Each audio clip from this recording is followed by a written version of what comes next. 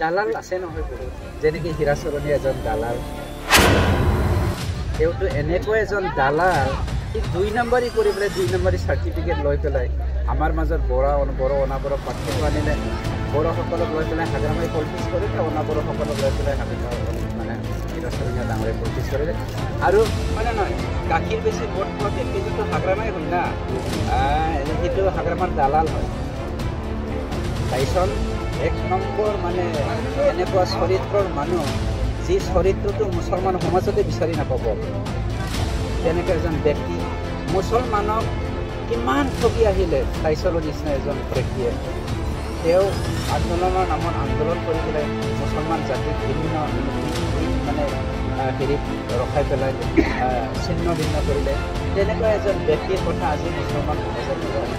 মুছলমান সমাজে মই এই 3 মাহ ঘূৰি পেলাই গম পাইছোঁ, আজিৰ দিনত কোনো জাতীয় লিডাৰৰ নেতৃত্বত মুছলমান সমাজ নাথাকে। তেওঁলোকৰ কাৰণে 17 বছৰ বঞ্চিত হ'ব লগা হৈছে। তেওঁলোকৰ কাৰণে আজি আমাৰ এই বিটিআৰৰ বড়ো অনাবড়ো যিটো মাতৃজাতি সংঘৰ্ষ, গোষ্ঠীগত সংঘৰ্ষ হৈছিলে, তেনেকুৱা লিডাৰৰ কাৰণে হৈছে। তেনেকুৱা বহুত দালালৰূপী লিডাৰ আছে। ইয়াৰ পৰা মুক্ত হ'বৰ কাৰণে আমি মুছলমানেই হওক, হিন্দুৱেই হওক, বড়োই হওক, অনাবড়োই হওক, আমি কিন্তু AGP, BJP, UPৰ দল, আমাৰ যি NDA দল, ইয়াৰে প্ৰাৰ্থী জয়ন্ত কৰ্মচাৰী উঠোৱাৰ কাৰণে আমি এতিয়া কাম কৰি আছোঁ। কাম কৰিছোঁ মানে আমি জনসাধাৰণক জনাবলৈ আছোঁ, আমিতো জিকিছোঁ 100%। আমি কি কাম কৰিম, আমাৰ মাজত শান্তি সমন্বয় ঐক্যতা আকৌ কেনেকৈ গঢ়িব পাৰিম।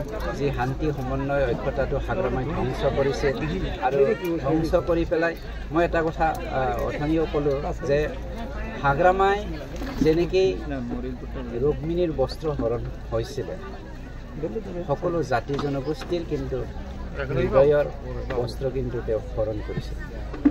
সমন্বয়ৰ ঐক্যতাৰ শান্তিৰ যি বস্ত্ৰ, সেই বস্ত্ৰটো হৰণ কৰিছিল। মানে ৰাভা, গাৰো, মুছলমান, যিমান জাতি জনগোষ্ঠী নহওক কিয়, সকলোৰে শান্তিৰ বস্ত্ৰ কিন্তু তেওঁ হৰণ কৰিছিল। সেইটো আকৌ আমি ঘূৰাই কি কয় সমাজৰ আগত পিন্ধাই, সকলো সমাজকে পিন্ধাই পেলাই শান্তি সমন্বয় ঐক্যতাৰে নতুন এটা আমি বস্ত্ৰ থকা এটা সমাজ বিটিআৰ দেখা গৈছে যে নিৰ্বাচন অহাৰ লগে লগে বড়া অনবড়োৱা যিটো ক্লিপ, সেইটো কিন্তু আকৌ আৰম্ভ কৰিছে। দালাল আছে নহয় বহুত, যেনেকৈ হীৰাচৰণী এজন দালাল, তেওঁতো এনেকুৱা এজন দালাল, ঠিক 2 নম্বৰী কৰি পেলাই 2 নম্বৰী চাৰ্টিফিকেট লৈ পেলাই আমাৰ মাজত বড়ো অনাবড়ো পাৰ্থক্য আনিলে। বড়োসকলক লৈ পেলাই হাগ্ৰামাই পলিটিক্স কৰিলে, অনাবড়োসকলক লৈ পেলাই মানে হীৰাচৰণীয়া ডাঙৰে পলিটিক্স কৰিলে। আৰু সকলোৱে, বড়োই হওক, অনাবড়োই হওক, সকলোৱে কিন্তু অধিকাৰৰ পৰা বঞ্চিত হ'ল। আমাৰ যি মৌলিক অধিকাৰৰ লগতে যি আমাৰ উন্নয়নৰ ভাৰতীয় নাগৰিক হিচাপে যি পাবলৈ সক্ষম আছিলে, কিন্তু আমি বঞ্চিত হ'বলৈ পাইছোঁ।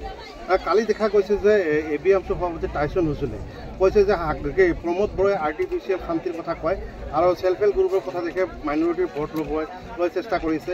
এই ক্ষেত্ৰত আপোনালোকে প্ৰত্যাহ্বানৰ সৃষ্টি হ'ব বুলি সেইটো হাগ্ৰামাৰ দালাল হয়। টাইছন 1 নম্বৰ মানে এনেকুৱা চৰিত্ৰৰ মানুহ, যি চৰিত্ৰটো মুছলমান সমাজতে বিচাৰি নাপাব।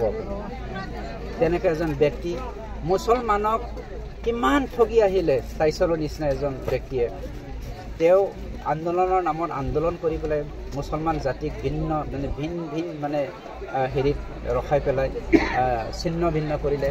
তেনেকুৱা এজন ব্যক্তিৰ কথা আজি মুছলমান সমাজে নকয়। মুছলমান সমাজে মই এই 3 মাহ ঘূৰি পেলাই গম পাইছোঁ, আজিৰ দিনত কোনো জাতীয় লিডাৰৰ নেতৃত্বত মুছলমান সমাজ নাথাকে। তেওঁলোকৰ কাৰণে 17 বছৰ বঞ্চিত হ'ব লগা হৈছে। তেওঁলোকৰ কাৰণে আজি আমাৰ এই বিটিআৰৰ বড়ো অনাবড়োৰ যি ভাতৃঘাতী সংঘৰ্ষ, গোষ্ঠীগত সংঘৰ্ষ হৈছিলে, তেনেকুৱা লিডাৰৰ কাৰণে হৈছে। তেনেকুৱা বহুত দালালৰূপী লিডাৰ আছে। ইয়াৰ পৰা মুক্ত হ'বৰ কাৰণে আমি মুছলমানেই হওক, হিন্দুৱেই হওক, বড়োই হওক, অনাবড়োই হওক, আমি কিন্তু ওলাই আহিব লাগিব। দেখা গৈছে স্যার, মাদাতিটো বহুত পিছপৰা। যোৱা 17টা বছৰত হাগ্ৰামাই কোনো ধৰণৰ উন্নয়ন কৰা নাই। আপোনালোকে কেনেধৰণে হাগ্ৰামাই কিয় কৰিব? হাগ্ৰামাটো মদৰহে ৰজা হয়। ইয়াত মদ খাবলৈহে আহিছিলে, হয় নে নহয়? গাখীৰ বেছি মদ খোৱা ব্যক্তিজনটো হাগ্ৰামাই হয় না। আগন্তুক দিনত আপোনালোকে কেনেধৰণৰ কাম কৰিব মাদাতি? নাই, আৰু এটা কথা আছে যে এই অঞ্চলতে বেছিভাগ মানুহ কিন্তু খাছ লেণ্ড বা ফ'ৰ্চ লেণ্ড বসবাস কৰে, আৰু তেখেতসকলে কৈছে যে ইউপিবিলাক ভোট দিলে উচ্ছেদ কৰিব, আপোনালোকক ভোট দিব নালাগে। এই ক্ষেত্ৰত 1,17,000 মুছলমানক উচ্ছেদ কৰিবলৈ কোনে অৰ্ডাৰ দি দিব? হাগ্ৰামা 1,14,000 ফেমিলি কোনে মাটিৰ পাট্টা দিছে এতিয়া প্ৰমোদ বড়ো ডাঙৰীয়া কিমান পাৰ্থক্য 17 বছৰত তেওঁ মাটিয়ে দিয়া নাই 15,000 এই ফৰেষ্টৰ মাটিটো মানে লেণ্ড টাইটেল চাৰ্টিফিকেটটো লগত লৈ পেলাই 15,000 আমি 1,14,000টো 3 বছৰত দিছো যি মূলাবাৰে দুপাততে ছিল আমাৰ প্ৰমোদ বড়ো ডাঙৰীয়া সমাজৰ কাৰণে কি কৰিছে কি কৰা নাই মোতকৈ আপোনালোকে বেছি জানে ধন্যবাদ नोंथांमोना गावबा गावनि गथ'खौ सासे राफोद गेलेगिरि खालामनो गोसो दं नामा? रायजोआरि हादरारि हादर गेजेर थाखोसिम गेलेगिरि खालामनो गोसो दंब्ला नोंथाङा गोबाव दा खालामसै सासे राफोद रोंखा-राखा गेलेगिरि खालामनो थाखाय नोंथाङा जानजि खाफ्रादो आरो मुं थिसनहैदो चिरां जिल्लानि सिङाव थानाय सोलिफु फोरोंसालि बल्लामगुरि काराटे एकाडेमि फोनांजाब राहा 8720903713 बड' हाउस काराटे एकाडेमि दलाइगाव फोनांजाब राहा 6900451157 बेंटल काराटे एकाडेमि फोनांजाब राहा 9678041226 बिरनगाव काराटे एकाडेमि फोनांजाब राहा 6901341656 आरो डालिगाव काराटे एकाडेमि फोनांजाब राहा 8720903713 बैफोर मख'नाय सोलोंसालिनिफ्राय सिगांनिफ्रायनो रायजोआरि हादरारि हादर गेजेरारि थाखोनिफ्राय बान्था मोननो हानाय सोलोंसाफोर मोननो हाबोनाय सोलोंसालि बे मख'नाय फोरोंसालियाव रोंगौथि गोनां फोरोंगिरिया फोरोंथाय होनानै नोंथांनि गथ'खौ सासे राफोद गेलेगिरि सोरजिनायाव मदद आरो जाफुंसार खालामगोन अब्ला मानोथो गोबाव खालामनो थाबैनो मुं थिसनहैदो